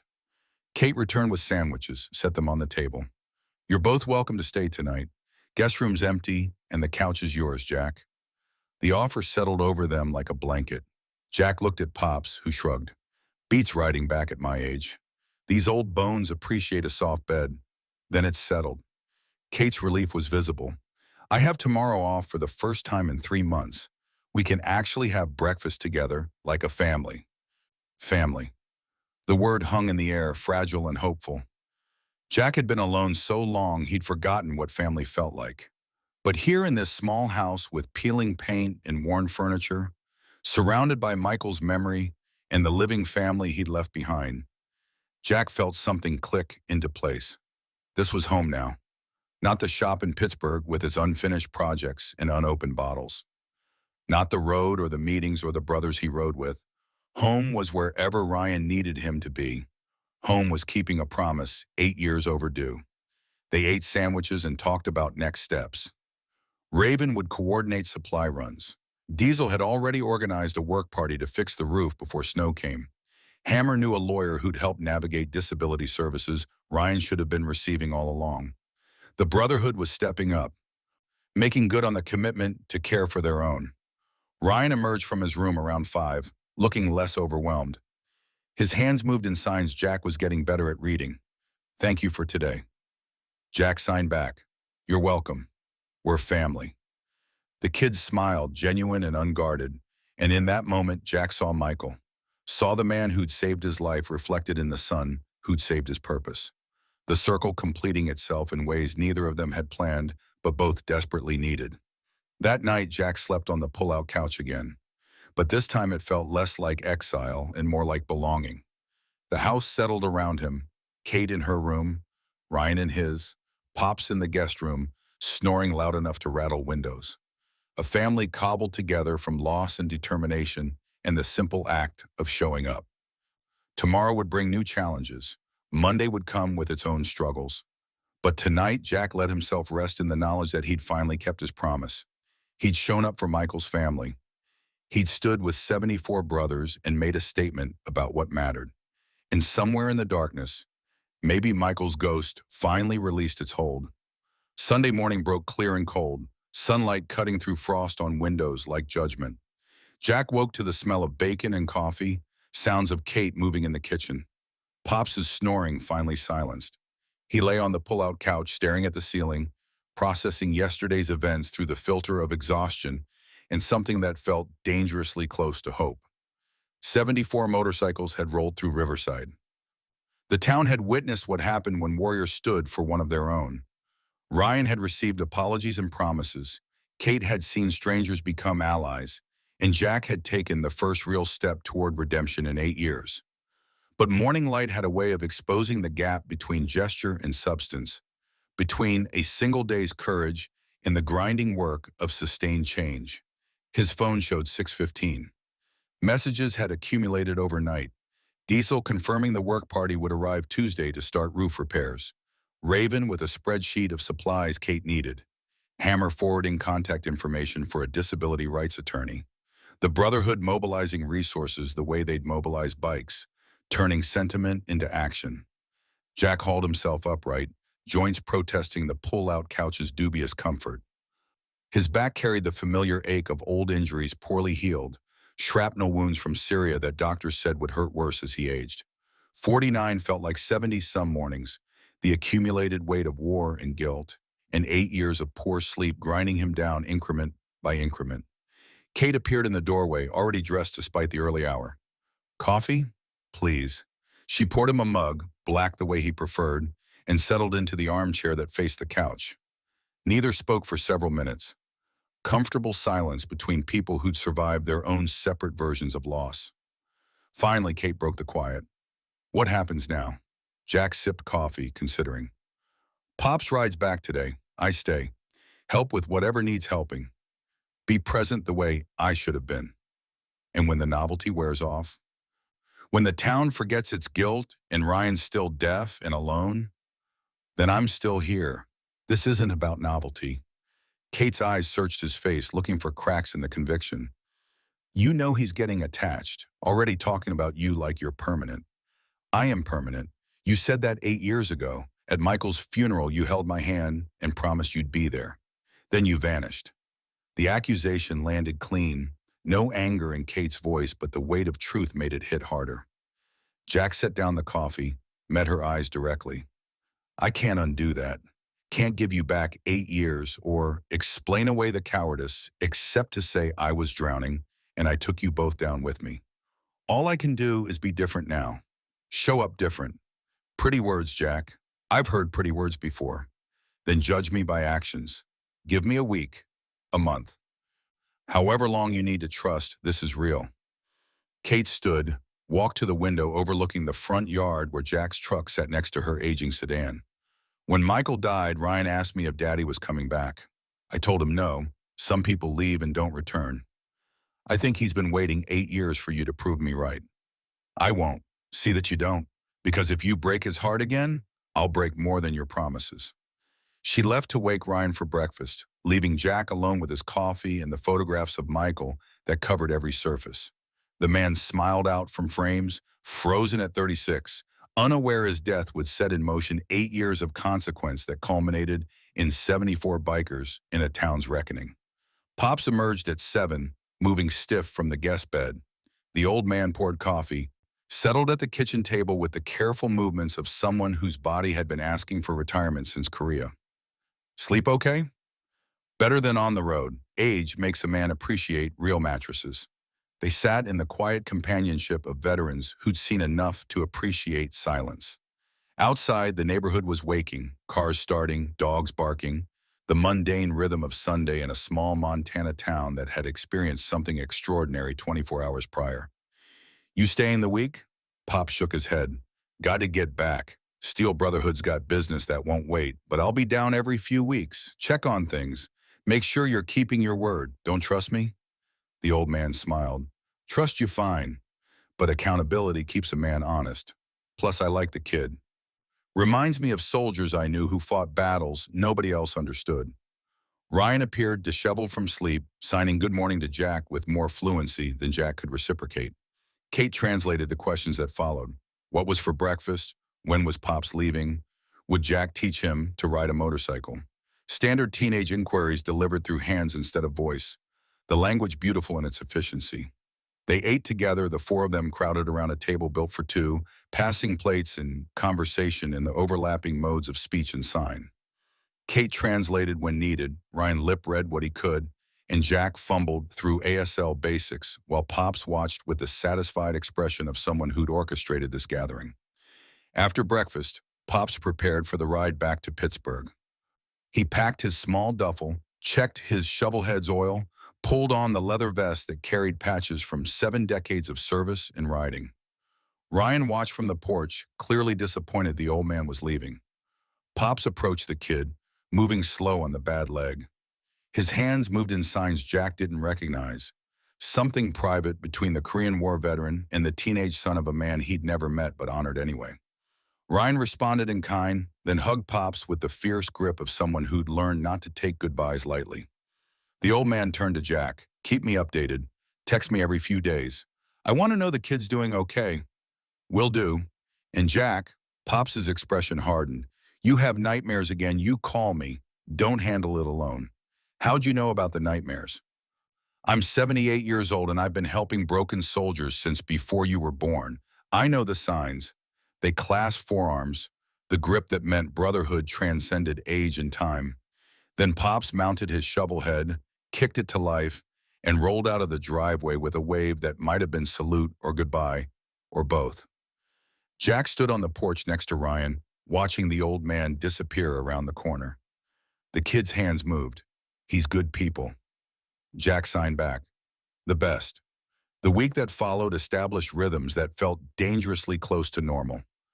Jack spent mornings working on Kate's house, replacing rotted siding, fixing the furnace that coughed and wheezed, patching a dozen small failures that accumulated when money was tight and time was scarce. Ryan helped when school allowed, handing tools and learning basic carpentry through demonstration rather than instruction. Afternoons, Jack drove Ryan to Riverside High and waited in the parking lot. The kid had agreed to return to school on Monday, facing down the location of so much previous suffering with the kind of courage Jack recognized from combat. That first day, Ryan had walked through the front doors with shoulders squared and jaw set, prepared for mockery or violence or the casual cruelty of teenagers who'd seen him broken on camera. Instead, something unexpected happened. Students approached with apologies. Some genuine, seeking forgiveness. Others performative, conscious of watching teachers in the new zero-tolerance policy. But enough sincerity existed that Ryan came back to Jack's truck that first afternoon with cautious optimism replacing dread. By Wednesday, 3 students had asked Ryan to teach them ASL.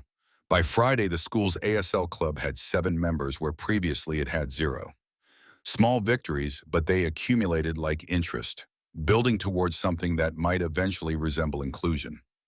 Evenings belonged to the 3 of them, Jack, Kate, and Ryan, eating dinner together and navigating the strange territory of becoming a family.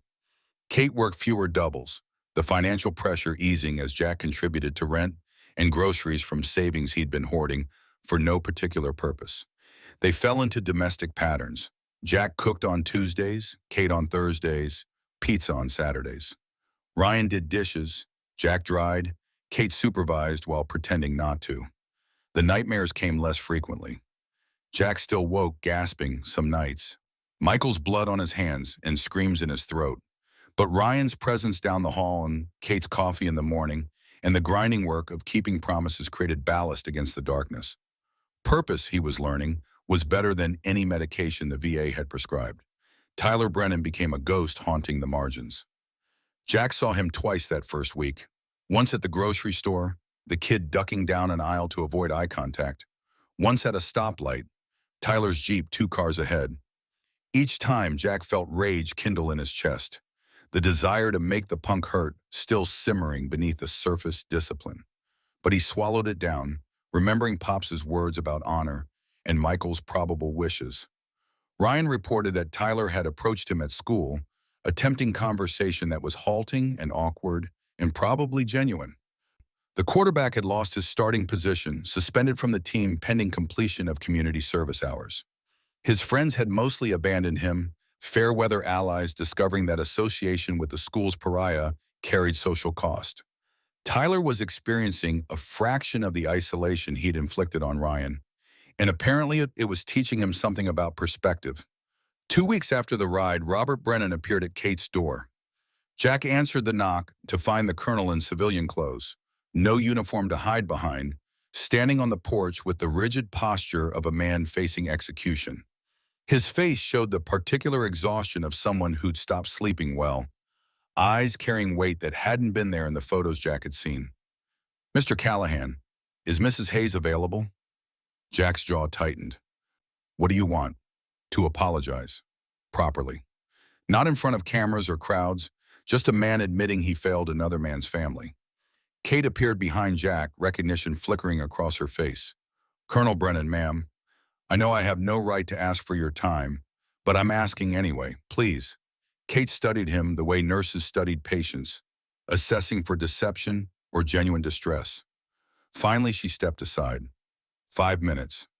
They sat in the living room, that shrine to Michael's memory, Robert's gaze catching on the flag and photographs and the uniform hung in its frame.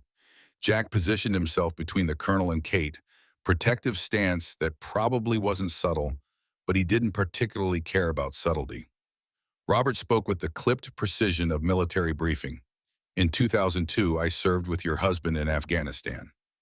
He was a better soldier than me, better leader, better man. I was jealous, so I sabotaged his career." Kate's expression didn't change. "I know. Michael told me years ago." Robert's composure cracked. "He told you?" "He said you'd filed false reports. Cost him a promotion that would have meant better pay, better benefits for our family. He also said he'd forgiven you because holding grudges was poison." The colonel's hand shook. "I never apologized. Never made it right. Then in 2003, Fallujah, my mistake on patrol, got our squad pinned down. Your husband took a bullet saving me. Still saved me after what I'd done." Jack's rage crystallized into something sharp. "And you repaid that sacrifice by teaching your son to be a bully." Robert flinched.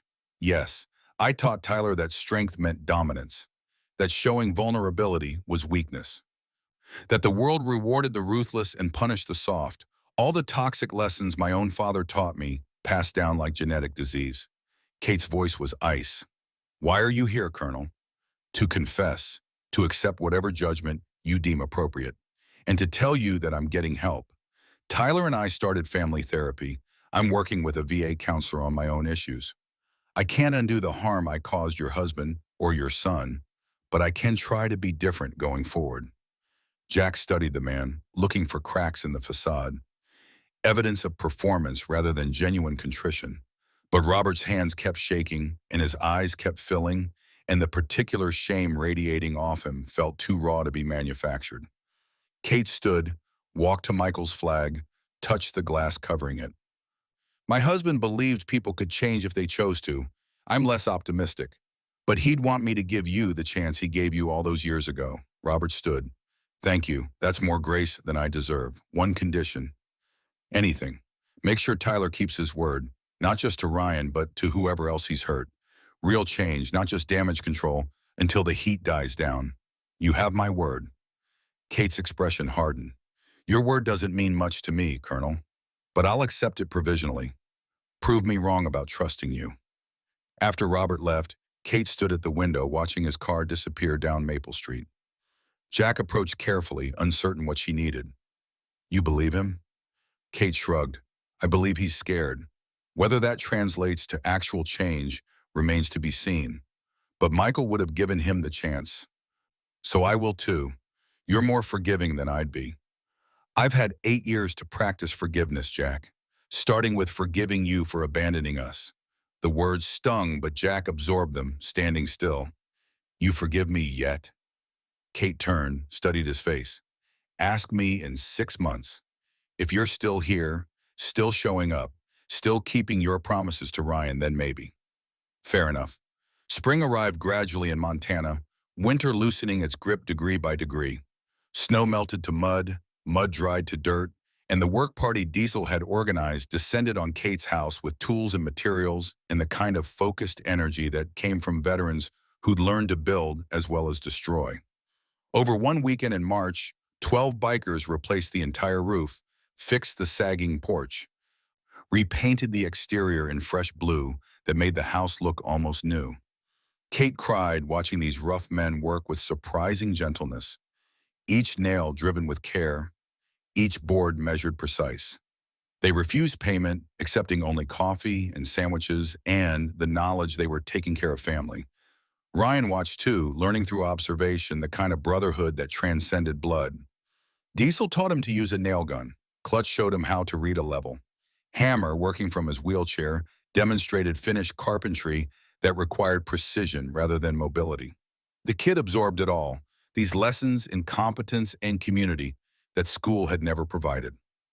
By April, the house no longer looked like poverty's victim, but a home maintained by people who cared. Neighbors noticed, commenting to Kate about the transformation, asking who the men were who'd done the work. Word spread that these were Michael's brothers in arms, veterans honoring a fallen soldier by caring for his widow and son. The story grew with each telling, mythology replacing fact, but the core remained true. Ryan's social situation stabilized into something approaching acceptance. The ASL club had grown to 15 students, meeting twice weekly to learn sign language, and more importantly, to normalize difference. Tyler attended every session, his community service hours accumulating alongside something that might have been genuine friendship. The two teenagers weren't close, probably never would be, but they'd achieved détente built on mutual understanding of how badly they'd both handled their respective struggles. Jack marked 90 days sober in late April, though he'd stopped counting daily and started measuring in weeks. The bottle of Jim Beam still sat in his truck's cup holder, unopened. No longer temptation, but reminder. He'd carried it from Pittsburgh to Riverside to prove he could resist, and now it stayed because throwing it away felt like declaring victory before the battle ended. Kate noticed one evening when Jack was fixing dinner and she was grading nursing school applications at the kitchen table. "How long has it been since I drank?" "Yeah, 3 years, 4 months, 12 days. Give or take. That's specific. Sobriety makes you count. The days you don't drink stack up like evidence you're maybe worth saving it after all." Kate set down her pen. "You think you weren't worth saving?" Jack stirred pasta sauce, kept his eyes on the pot.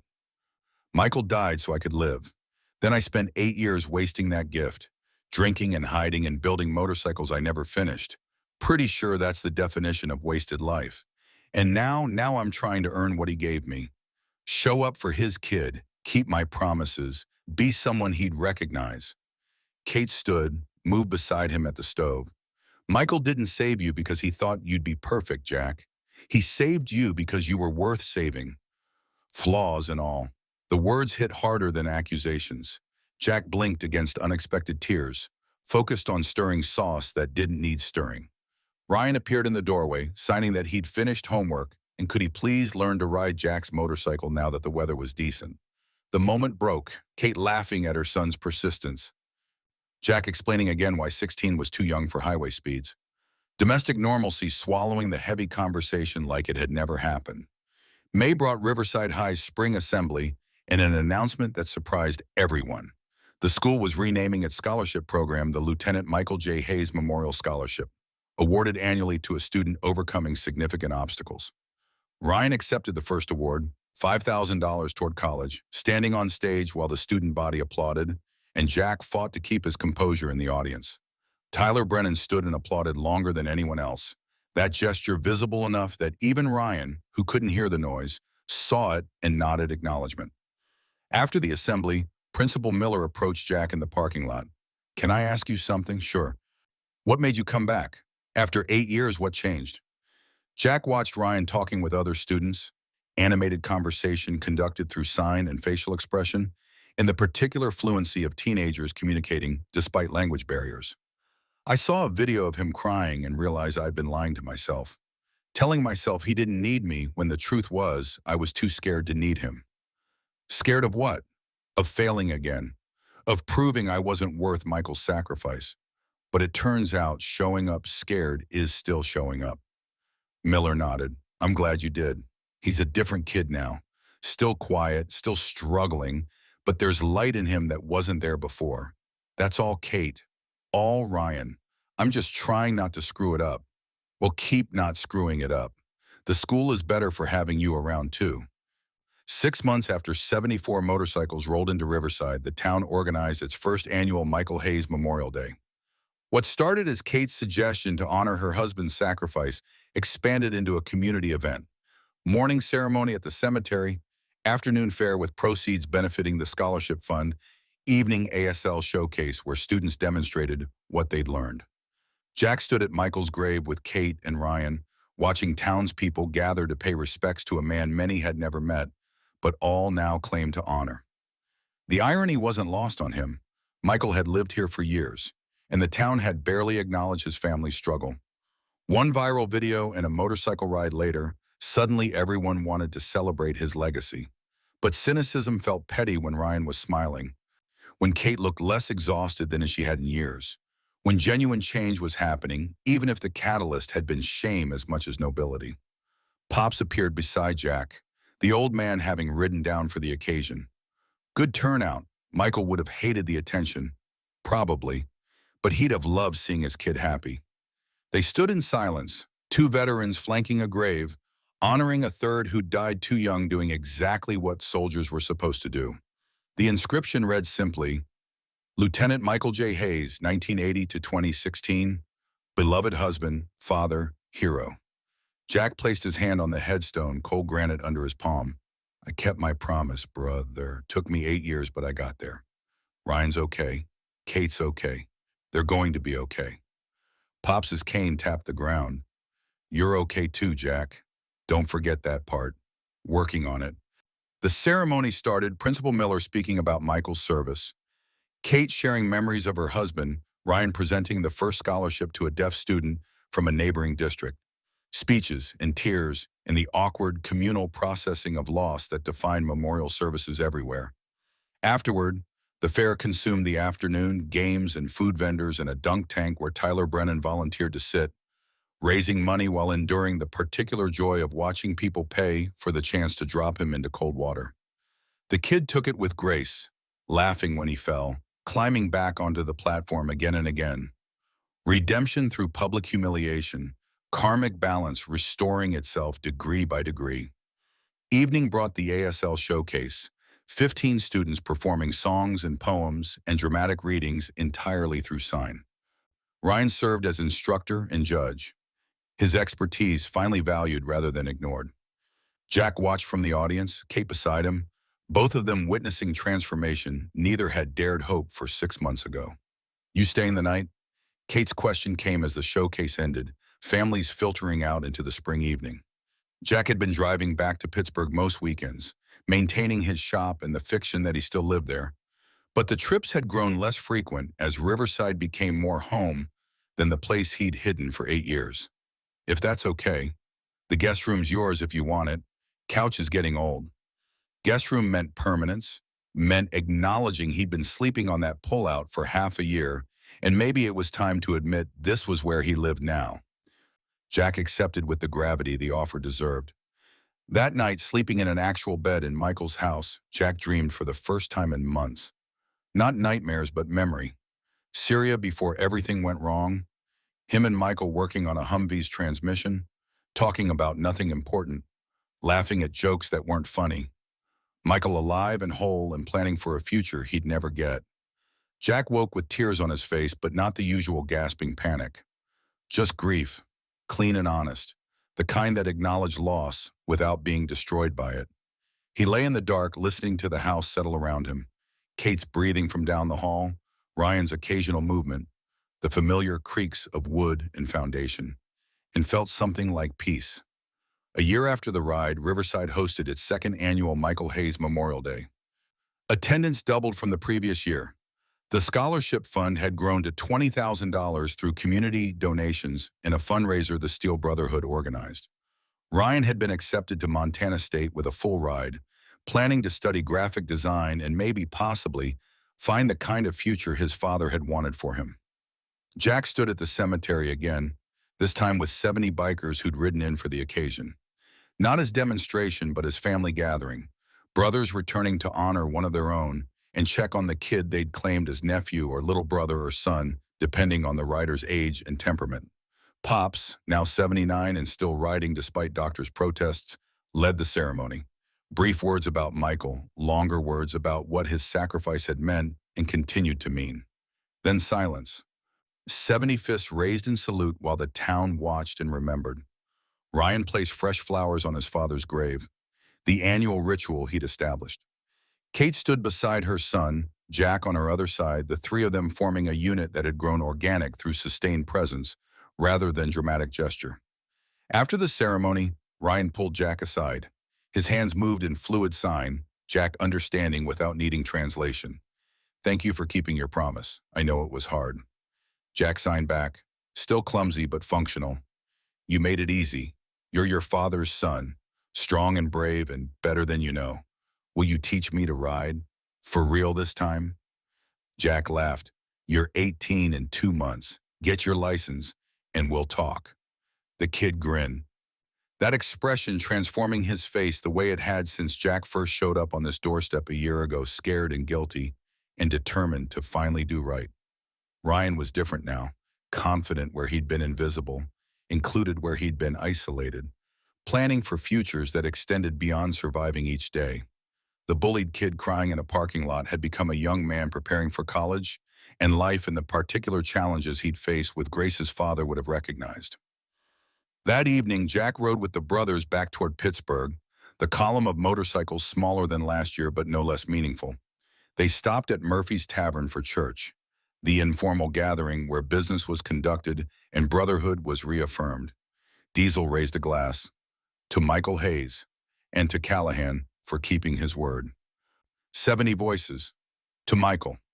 Jack accepted the toast, drinking water while others drank beer. Sobriety maintained not through white-knuckle resistance, but through the steady accumulation of days and purpose. 4 years now, 1,460 days of choosing to stay present rather than checking out. After church, he rode back to Riverside alone, the highway empty under stars that Michael would never see. Jack thought about the 8 years he'd wasted, the promises broken and the family abandoned, and all the ways he'd failed the man who'd died for him. But he also thought about the year just past, about Ryan's smile and Kate's gradual trust and the house that was home now in ways his shop had never been. He pulled into the driveway at 11, killed the engine, sat for a moment in the quiet. Lights were on inside, Kate waiting up despite the late hour, the habit she'd developed of not sleeping until Jack was home safe. He climbed off the bike, stretched muscles sore from the ride, and walked to the door that opened before he could knock. Kate stood silhouetted in the doorway. "Good ride, good ride. Brothers send their love."